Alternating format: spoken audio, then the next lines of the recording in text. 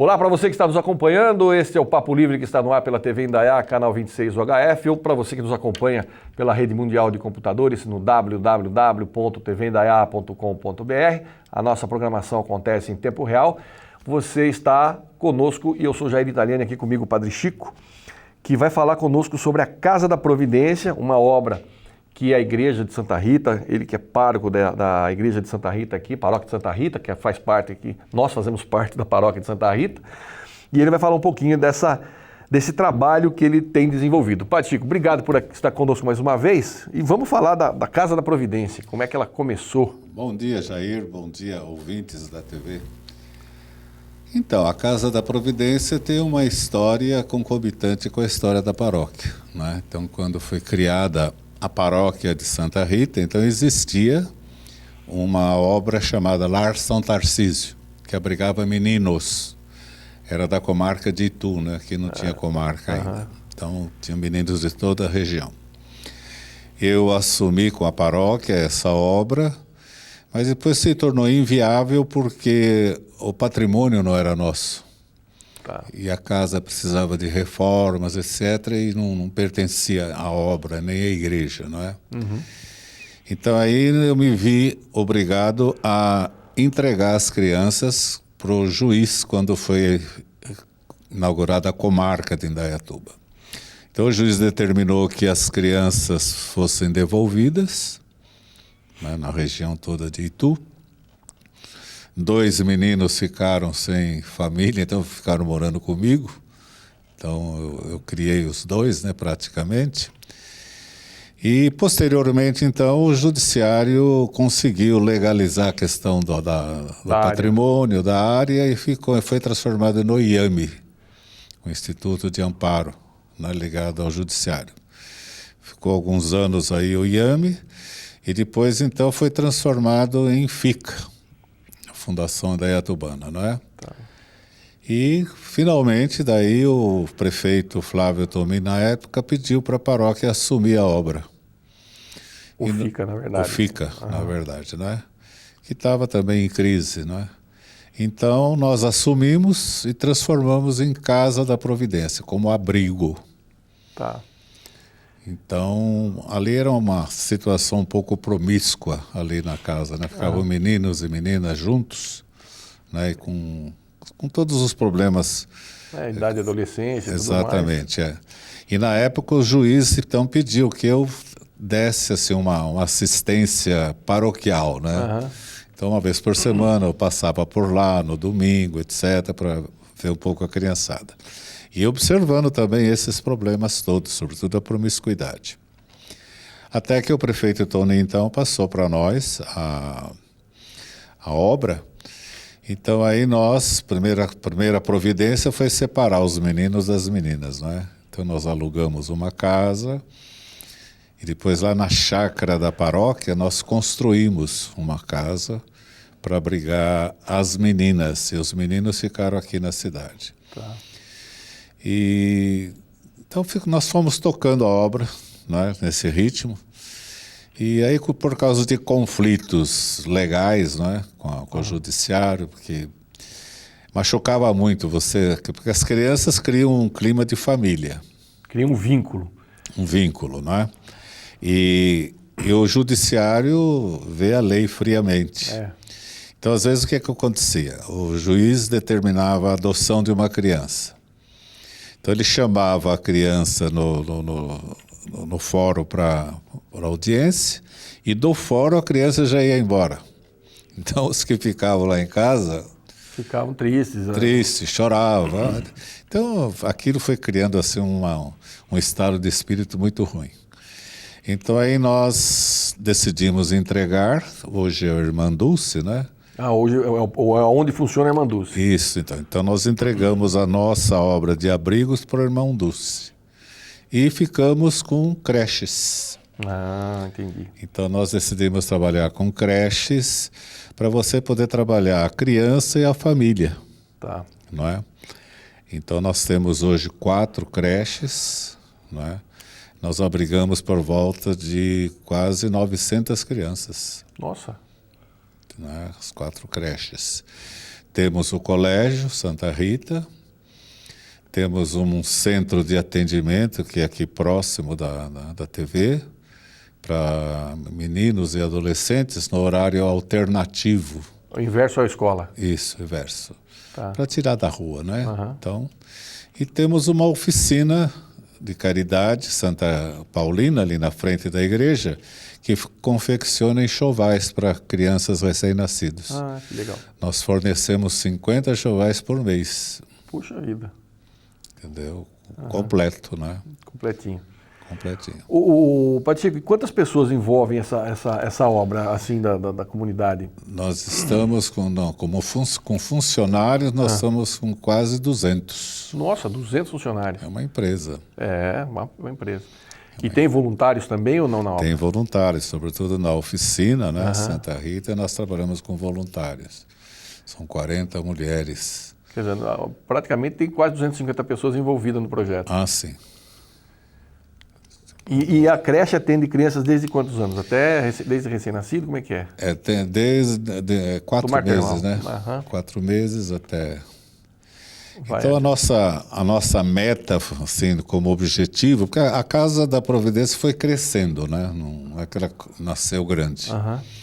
Conforme os problemas foram surgindo, a prefeitura foi pedindo o nosso auxílio para administrar, porque 3 creches são da prefeitura, né? Tá. E uma é nossa. Então, a gente foi atendendo, mas eles, por causa justamente da formação dos funcionários, a própria espiritualidade, né? Porque o pessoal lá realmente trabalha com muito amor, né? Isso é importante. Dá um esforço grande. Exatamente. Padre Chico, como é que o senhor avalia a questão hoje em dia, né, das famílias? O senhor que tem um trabalho pastoral grande aí, como é que o senhor avalia hoje essa questão das dificuldades que a família está passando, até em função, vamos dizer assim, da questão da comunicação? A gente vê que... Eu vi essa semana aqui na internet que um padre pegou algumas cenas eróticas lá, que passa na televisão, e passou na igreja. Deu o maior buchicho dele e falou, quer dizer que na casa de vocês, se você assistir isso, está tudo certo. Da igreja não pode? Peraí, onde está a hipocrisia aqui? Peraí, eu quero entender a hipocrisia, se é minha ou se é de vocês. E foi uma rebordosa, porque realmente a coisa está num ponto que, pela audiência, faz qualquer negócio, né? Como é que o senhor avalia esse processo da sociedade no modo geral? Eu acho que nós estamos assim, num processo de transformação, mas esses valores fundamentais que eu chamo, né, de família, de equilíbrio emocional, afetivo, sexual, isso tem que fazer parte da nossa formação. Então... A internet eu acho que é um problema seríssimo. Ela veio para o bem e para o mal. Para o mal.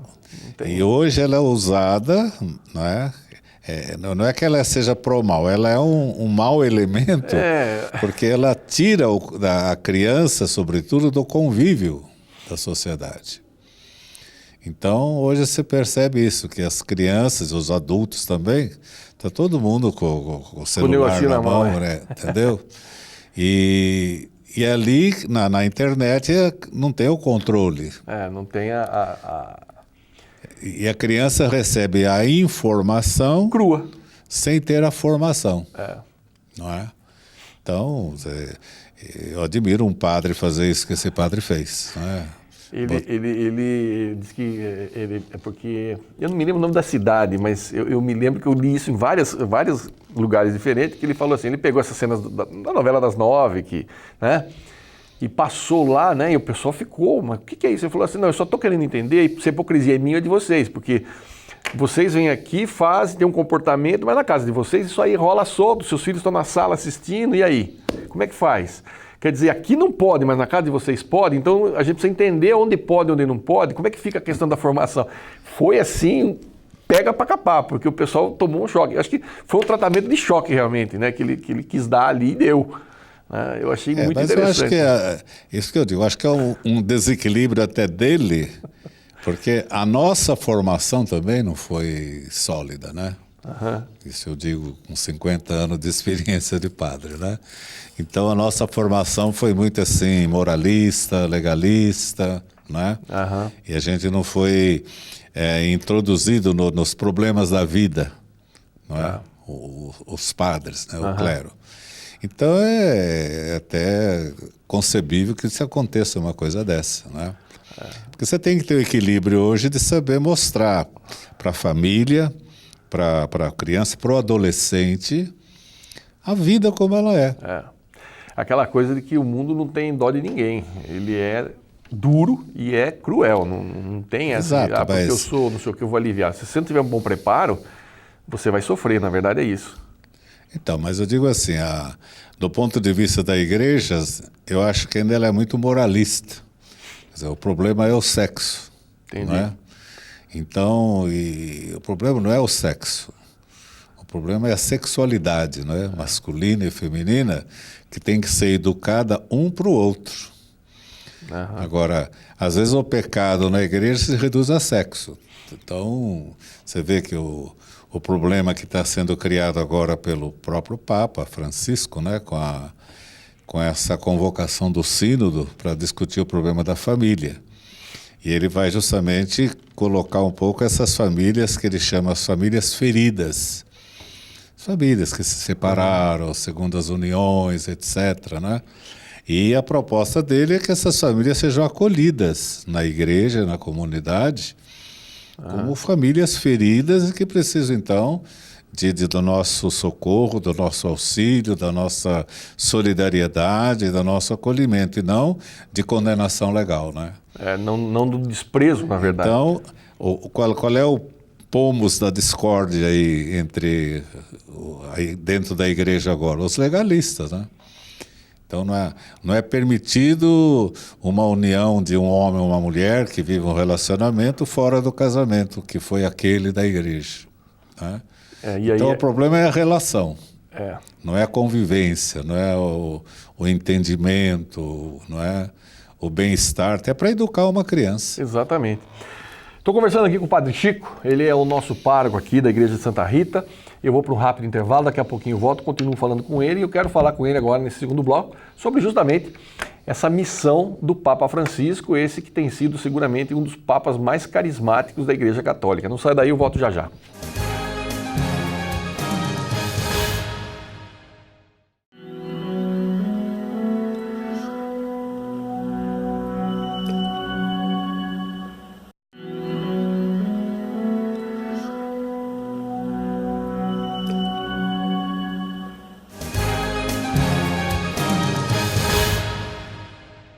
Estamos de volta com o nosso Papo Livre. O nosso Papo Livre hoje é com o Padre Chico.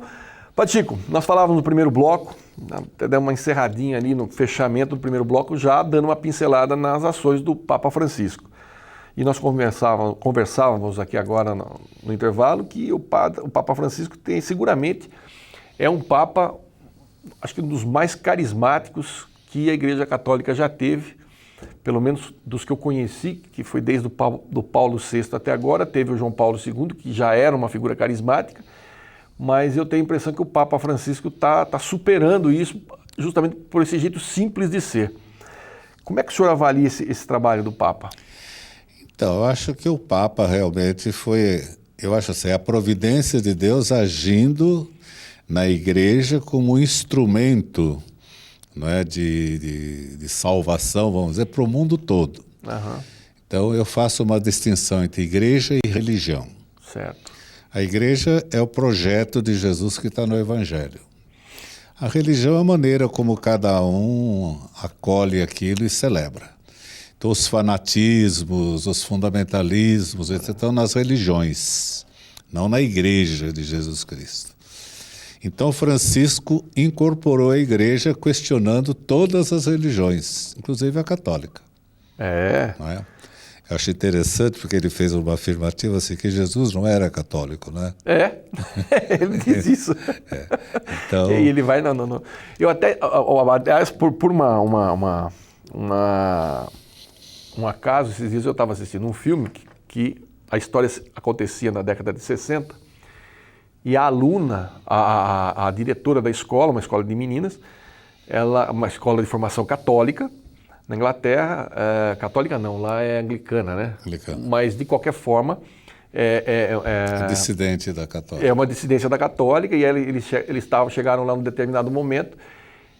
A professora começou, porque ela estava falando justamente essa questão dos judeus. Porque os judeus, se não fosse nos anos 60, eu diria que era um discurso eminentemente nazista, né? E da Inglaterra, né? Daí ela virou e falou assim, mas eu não sei porque a senhora está dizendo isso. Ela falou assim, porque Jesus não era católico, Jesus não era cristão, Jesus era judeu. Não, blasfemo. A professora virou um Hulk, ficou brava. E é uma grande verdade, Jesus não era cristão, não era católico. O cristianismo veio depois. Depois, os cristãos foram chamados cristãos depois. Então, olha como é que funciona a cabeça. As pessoas muitas vezes não se dão esse clique. Então, eu diria assim, que o Papa Francisco, ele está numa ponta da história, porque a crise da Igreja Católica, vamos falar um pouquinho da religião católica. A nossa crise começou justamente no século IV, lá com o imperador Constantino, né? Tá. Quando ele tirou o cristianismo das catacumbas, né? da perseguição do Império Romano, e ele se fez batizar, se deixou batizar, e com ele todo o Império Romano na época. Então, com isso, ele comprou a religião.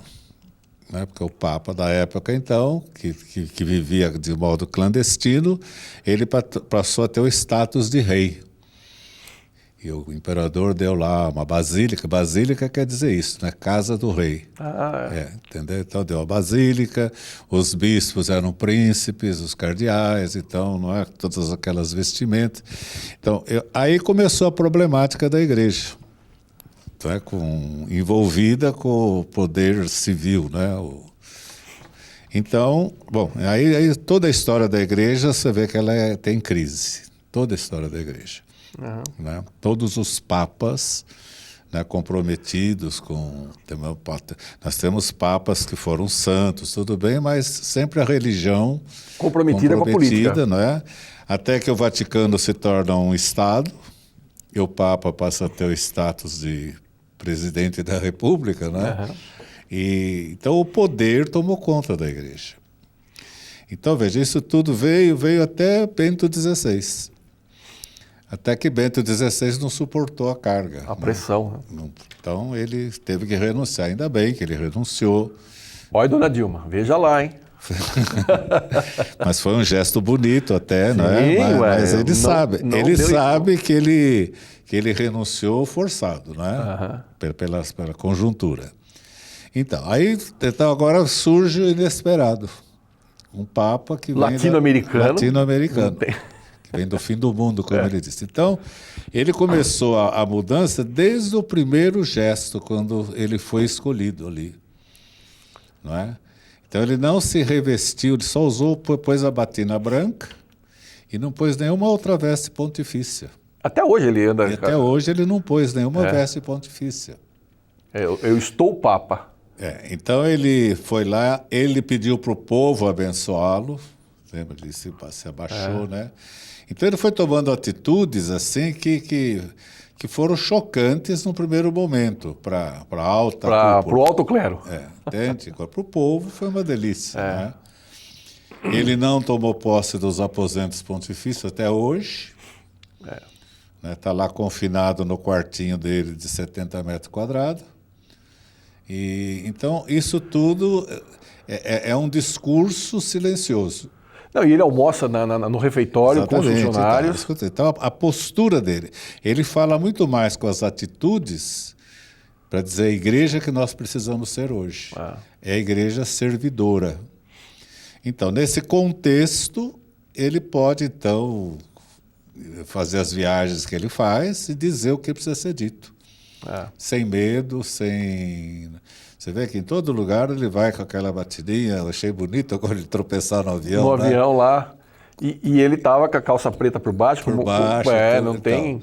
O pessoal perguntando por que ele não usa sapato vermelho, né? Que é o sapato do Papa.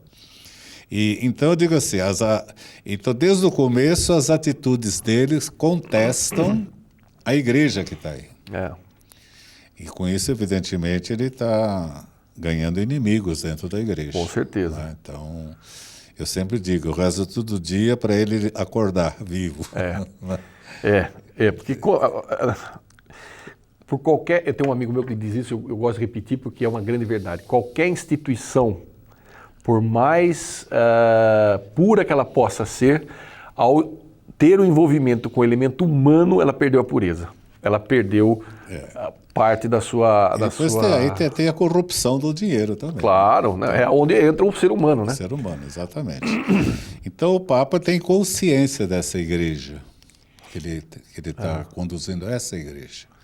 Então, eu acho que ele tem tido toda a sabedoria e humildade, né, para enfrentar todas as situações.